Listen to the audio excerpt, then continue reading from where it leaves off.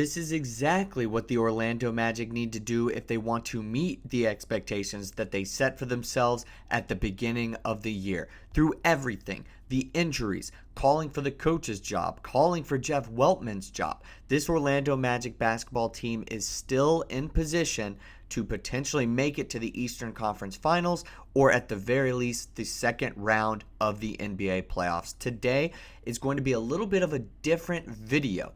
I'm going to talk about those new expectations, meeting the old expectations, and what this team needs to do through the last 20 or so games of the season to be able to put themselves in prime position for a playoff run. But first of all, guys, welcome to Magic Digest. If you're new here, I'm the host, Patrick Previty. This is your one-stop shop for Orlando Magic basketball content. A lot of the guys who are coming in and watching these videos, you guys, it's 75% of you aren't subscribed, so make sure to join the 25%. It helps the channel greatly. We're trying to get to 1,000 subscribers by the end of the month. I definitely think we can hit that goal. We're almost at 900. Okay, so if you've been watching the Orlando Magic this year, we're all aware of this team not being able to shoot the ball very well. We know that that is not going to improve to the level that we would like it to by the end of this season. We've seen too many games, too big of a sample size, but this team can win without the good shooting. I would set the bar at about 12 threes per game is what we really need to hit, and that seems very low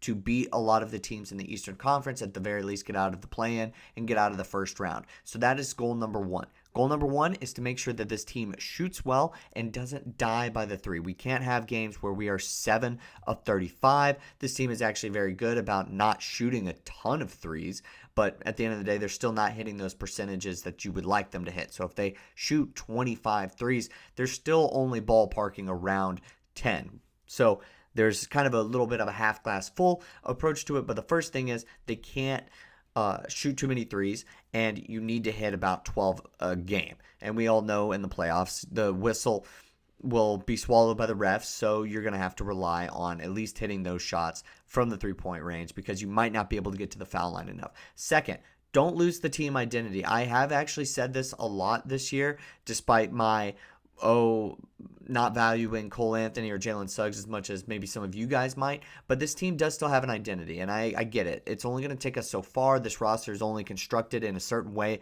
that we can only hit a certain peak, because I don't think that this team and the roster constructed as is going to be a championship contender.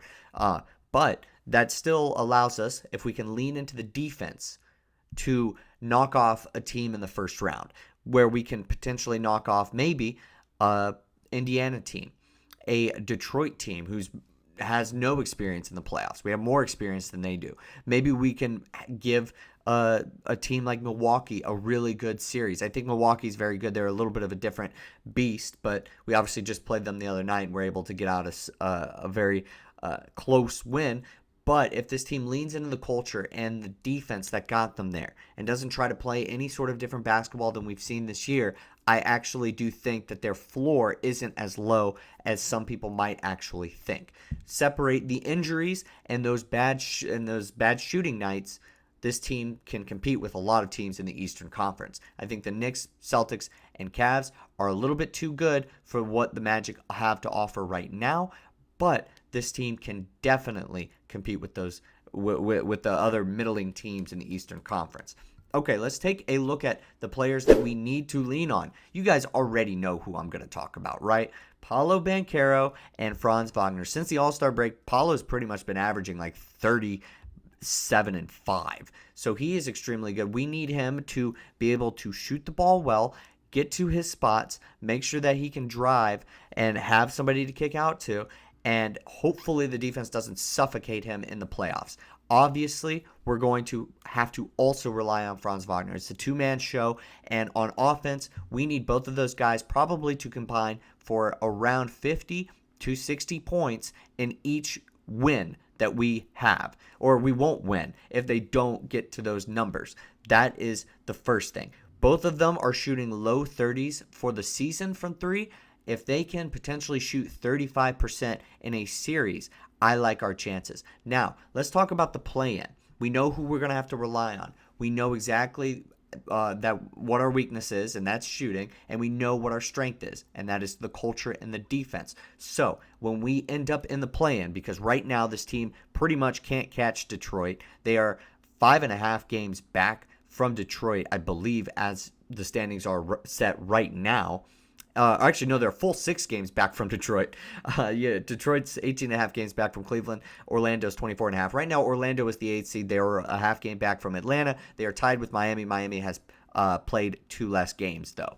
So, as of right now, they are the 8th seed. To beat a team like the Hawks, the Heat, and the Bulls, I think we're going to want a virtuoso performance from one of those 2 guys that we just looked over. It's going to have to be from Franz. It's going to have to be from Paolo, and they're just going to have to take over a game. I have full confidence that they can take over one of those games, either one of them, because we saw what Franz was able to do in the Olympics, and Paolo Banchero actually seems to be getting back into his old form after coming back from injury and not really being in the best condition. Not like his fault. He just seemed like he was still getting back up to basketball speed. But I think one of those 2 guys will definitely be able to get us a game in hopefully the game against the Atlanta Hawks.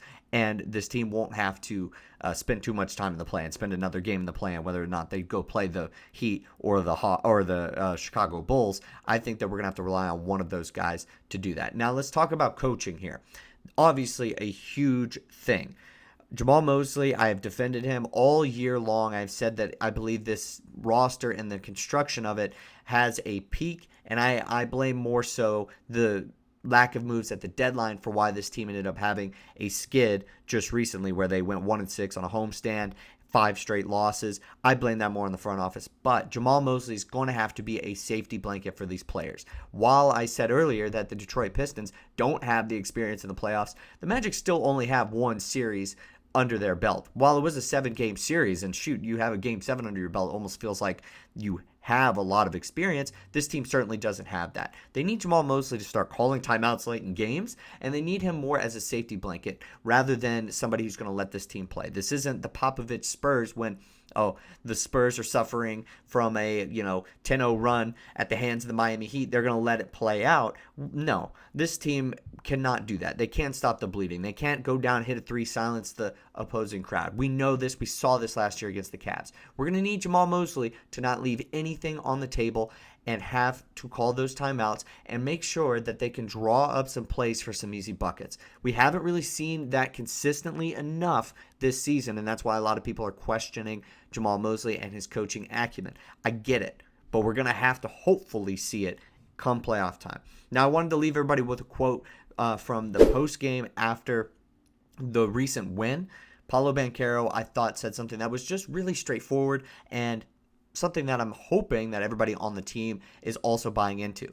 And he said in response to kind of what was able to change and how they were able to kind of get back on track, he said just realizing that there's a lot of basketball to be played with this season. You can't let a tough 5-game stretch define the rest of the season.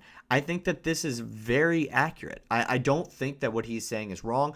I do have my questions about how far this team can go. Can it go past the first round? I don't put this team up against the Knicks, Cavs, and Celtics, so I don't really think any of those series can be longer than 6 games, unfortunately. And maybe it's like a 3-1, 6-game type of series, right? But with that being said, my own opinion on the team isn't end-all, be-all by any means. So I'm very glad that this team is trying to take a reset and finish the season strong. Despite not being able to get that 6th seed, which I think is just too far out, having that type of culture and that type of mentality is a very good sign. There's been a lot of people saying maybe they aren't listening to Jamahl Mosley as much as they were at the beginning of the year. I think a quote like that, at the very least, from your star player shows that they have their head in the right spot, and that could potentially help the Orlando Magic get to the second round. And by that point, maybe, who knows, maybe they're hot. Maybe they figured something out. Maybe another person on the bench, maybe Tristan da Silva, maybe one of the young guys, maybe it's Cole Anthony, has stepped up by then into that Jalen Suggs role, and we're talking about something completely different. But that's all the time I got for you guys today. Thank you guys so much for listening to my rant. Hopefully the Orlando Magic can prove me wrong and a lot of the fans wrong, and make a nice run in the playoffs and meet those expectations that they set for themselves earlier on in the year. But remains to be seen. Let me know what you guys think in the comments section down below. And as always, I will see you guys next time with more Orlando Magic basketball content.